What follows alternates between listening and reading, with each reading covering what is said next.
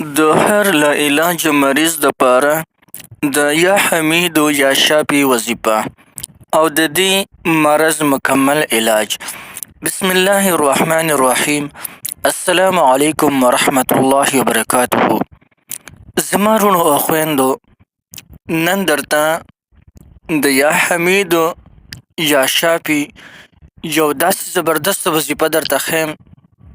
که دا وظیفه یو هغه مریض چې د خپل ځان نه تمه ختې شوې وي او ډاکټرانو هغه ته جواب ورکړی وي چې د ستا علاج زموږ سره نشته، ځه چې څومره زندګي د ستا وي بس د هغې نه پس به تا له مرګ راشي او اخر به مړ شي. د خپل ځان نه مایوس وي او ناامیده وي، هغه ناامیده مریض که د دې وظیفه شروع وکړي یا حمید و یا شافي، نو الله جل شانه به د دې وظیفې په برکت باندې هغه مریض له شفا ورکړي، شفای کامله عاجله به له ورکړي. دویم نمبر کې به درته د بسم الله الرحمن الرحیم یو داسې عمل ښیمه چې دا عمل وکړې نو انشاء الله چې د دې عمل په برکت باندې به رب العالمین مریض ته شفا ورکړي. خو تر دې پورې چې د هغه اجل نه وي راغلی هغه جدا خبره ده. کو نیټې نه پوره شوي نو دا عمل ولا ورکې، نو د دې عمل په برکت باندې به رب العالمین هغه مریض ته شفا ورکړي او تمام چې څومره مرضونه په دې مریض کې دننه وي نو الله جل شانه به دغه تمام مرضونه ښه کړي. د بسم الله الرحمن الرحیم په دغه عمل کې دومره لوی پاور رب العالمین ایښودی دی. بعضې وخت کې انسان که د کینسر مریض وي نو د کینسر د مریض نه خلک انتخایي کرکه کوي او دا یو ډېر خطرناک مرض دی. د کینسر مریض دپاره هم دا علاج یعنی دا وظیفه د بسم الله شریف د عمل دا ولا ډېر زیات مفید دی. د دې اجازت مشته تاسو ته. دې نه علاوه د بعضې کسانو کینسر ګوره داسې وي چې هغه بالکل د بدن د خپله وینه سیزي، یعنې وینه نه جوړېږي، نو 2-3 میاشتې پس دوباره هغه ځان ته وینه خیږي. دا وظیفه دې وکړي انشاء الله چې د دې وظیفې په برکت باندې به رب العالمین هغې ته شفا ورکړي او بدن به وینه بیا په خپله جوړوي. د کینسر چې دا کم مرض دی الله جل شانه به ښه کړي د دې وظیفې په برکت سره. دې نه علاوه د چا مدام تبه وي، روزانې تبه وي، د دغې تبې د ښه کولو دپاره هم دا وظیفه او دا عمل کولی شي.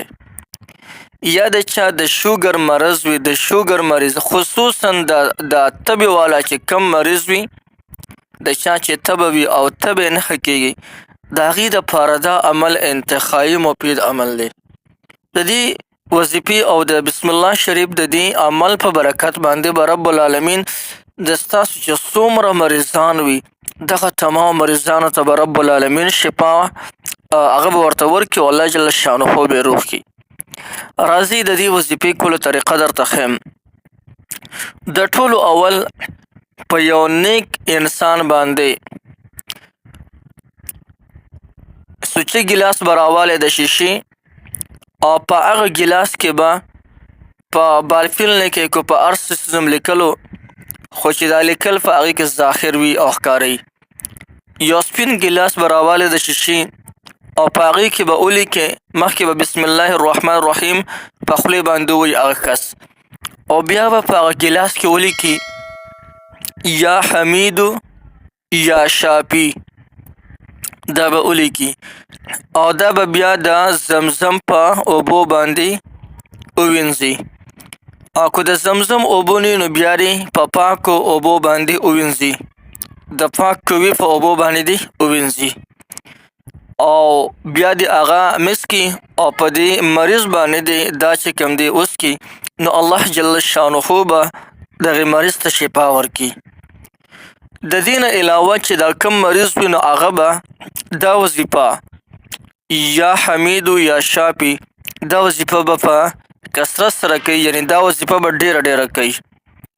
او دریم نمبر کې په یو نیک انسان باندې به په یو سپین کاغذ باندې بسم الله الرحمن الرحیم ولیکي او د بسم الله نه لاندې به د هغې مریض نوم ولیکي چې چاته دا تعویض اوس چې دی په غاړه کاچوي.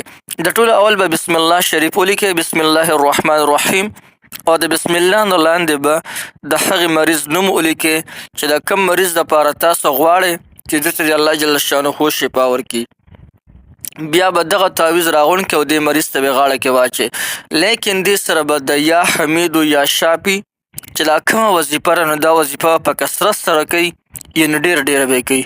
انشاءالله چې د دې عمل په برکت باندې دغه لا علاجه مریض چې هغه د خپل ځان نه تمه قطع شوي وي او هغه بلکل داسې وي چې دی وایي چې یاره زما علاج خو بلکل نشته، نو الله جل جلاله خو به د دې وظیفې په برکت سره دغه مریض له شفا ورکړي او الله جل جلاله خو به روغ کړي. یو ډېره مزیداره وظیفه او ډېر زبردست عمل مې درته وښولو.